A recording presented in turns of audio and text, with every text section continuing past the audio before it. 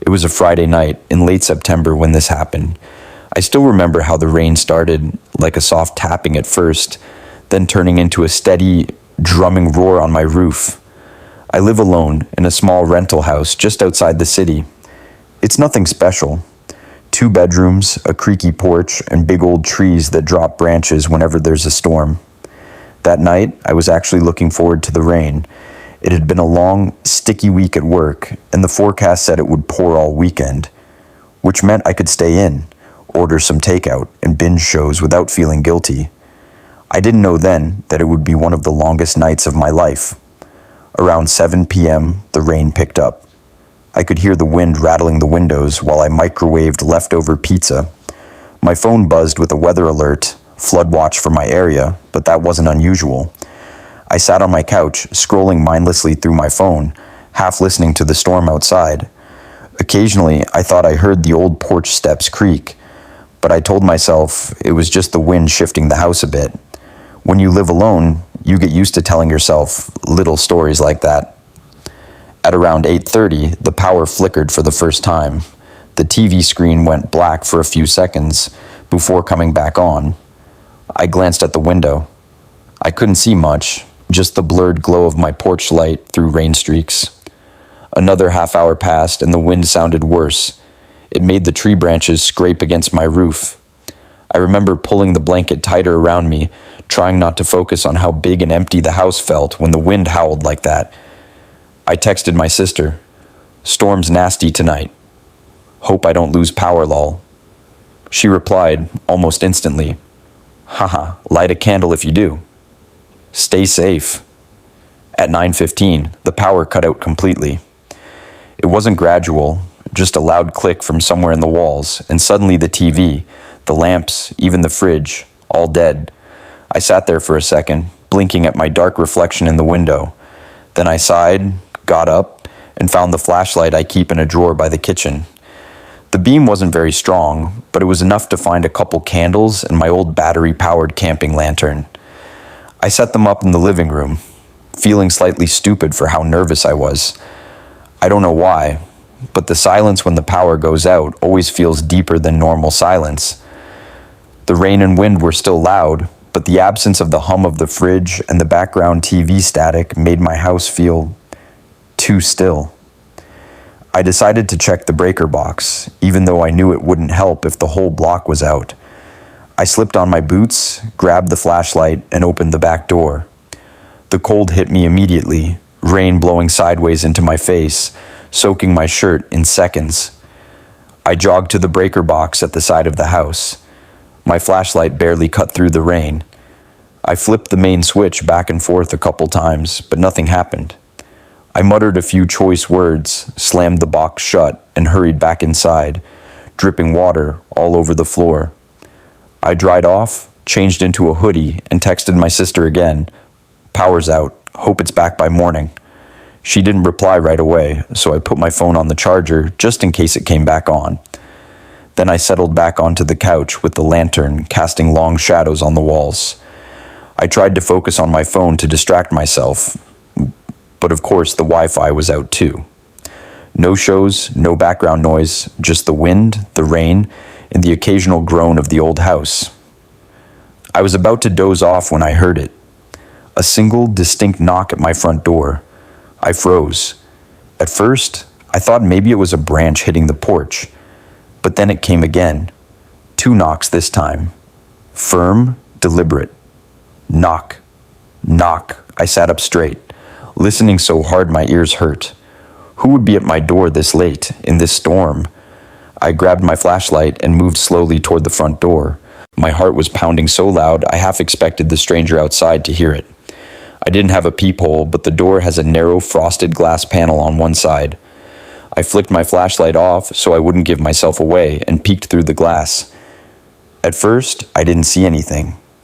Just shadows and rain running down the pane. Then lightning flashed, and for a split second, I thought I saw a shape. Someone standing there, just past the porch steps. When the thunder rolled, I realized my hand was trembling on the doorknob. I called out, "Hello? Who's there?" No answer. I waited, my ear pressed close to the door. Knock. Knock, knock, 3 more times. Louder this time, like whoever was out there was getting impatient. I felt a chill run down my spine, and it had nothing to do with the rainwater still soaking the cuffs of my sleeves. I should have called the police right then. Or at least someone.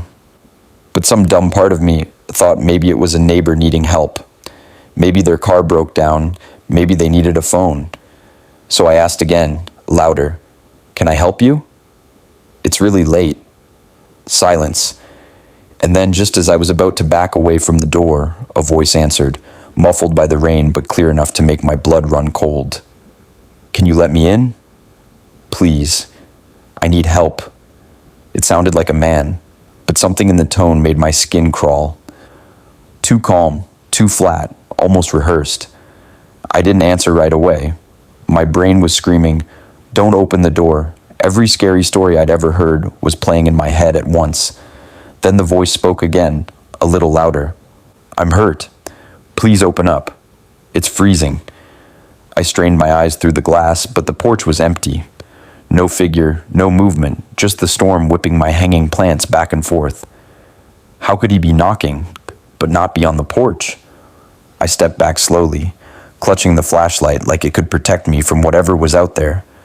Then, the knocking stopped. For a few seconds, all I could hear was the pounding rain. I let out a shaky breath. Maybe he'd left. Maybe he realized nobody was going to open the door in the middle of a blackout. I turned to go back to the living room, and that's when I heard the back door creak open. I don't think I'll ever forget that sound.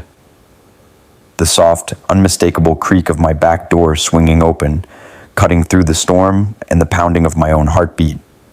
For a second, I actually froze right where I stood in the hallway. My mind refused to process it. I had locked that door. I was sure I had. I always did, especially on stormy nights. But the sound was real.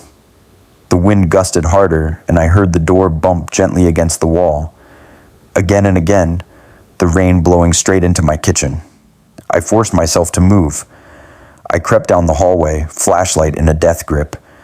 I tried to steady my breathing, but every step made my socks squish in the puddles I was leaving behind. My brain was screaming at me. Call for help. Call the cops. Get out now. I peeked around the corner into the kitchen. The back door was wide open.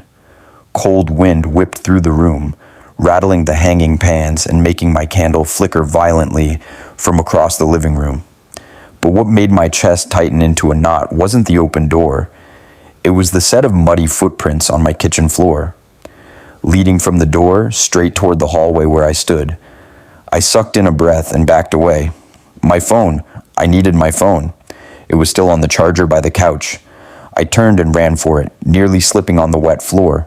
I grabbed my phone and hit the side button. Nothing. Dead. The power was still out, so the charger hadn't worked. I wanted to scream. I heard something then, a soft thud from deeper in the house. Not the kitchen, the hallway. My hallway, right near the spare bedroom. I spun toward the sound. The shadows seemed to move at the edges of the candlelight.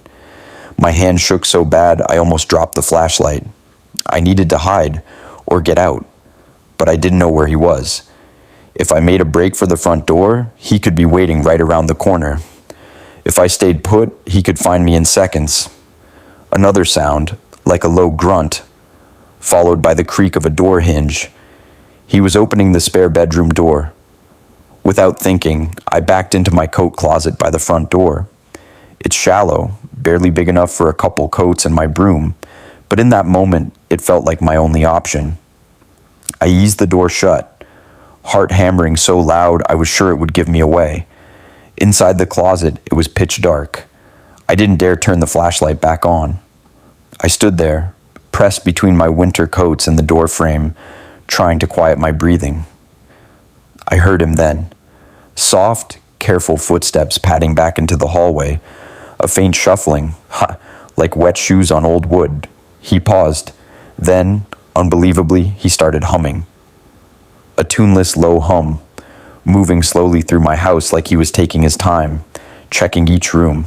I don't know how long I stood in that closet. It felt like forever. I could hear him moving things, opening cabinets in the kitchen, dragging something heavy across the floor. At one point, he stopped right in front of the closet door.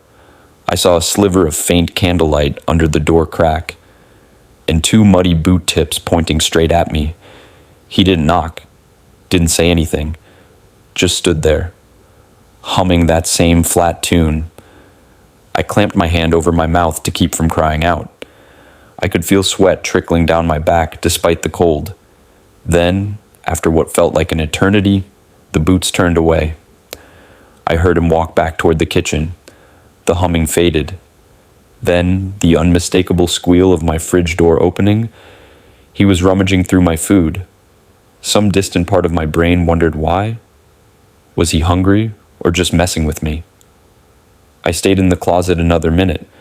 Then I forced myself to move. I cracked the door open a few inches and peeked out. Candlelight flickered in the kitchen.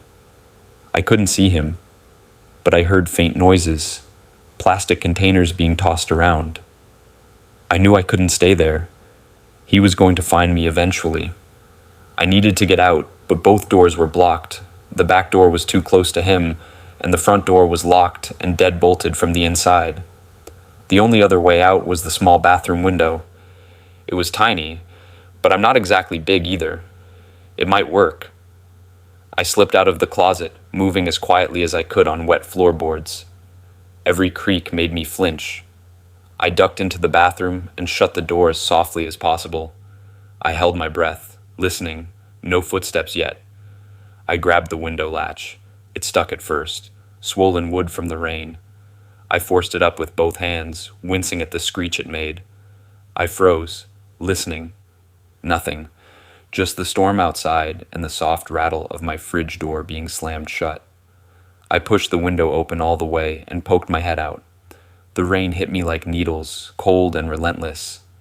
But freedom was right there, just a short drop to the muddy flower bed below. I hoisted myself up, hooking my stomach on the sill, trying to ignore the pain as the frame dug into my ribs. I twisted my shoulders through. Almost out. Then I heard it. A shout, low, angry, then heavy footsteps pounding down the hall toward the bathroom. I didn't look back. I shoved myself through the rest of the way and tumbled into the wet mud below, landing hard on my hip. Pain shot up my side, but I forced myself up, half crawling, half running into the dark yard. The rain blinded me. I stumbled through my neighbor's yard, slipping in the wet grass. Behind me, I heard the bathroom window slam open. A furious roar.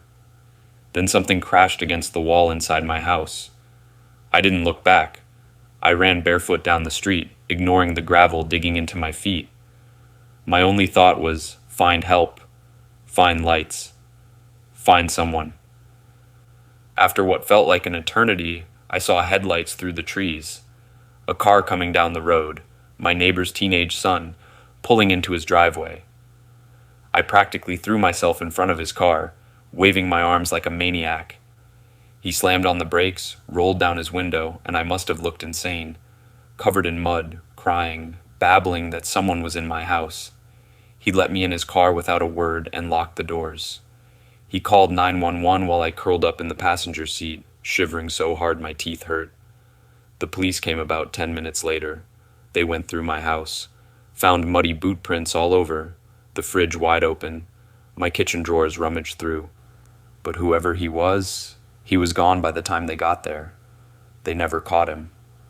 They found footprints leading back into the woods behind my house, but the storm had washed away any chance of tracking him further. Nothing was stolen. Not my laptop, not my wallet, not my TV. He didn't want my stuff. He just wanted to be inside. I spent that night on my neighbor's couch. I didn't sleep at all. Every knock of the wind against the window made my heart race. I moved out of that house 3 weeks later. I still can't stand the sound of rain at night.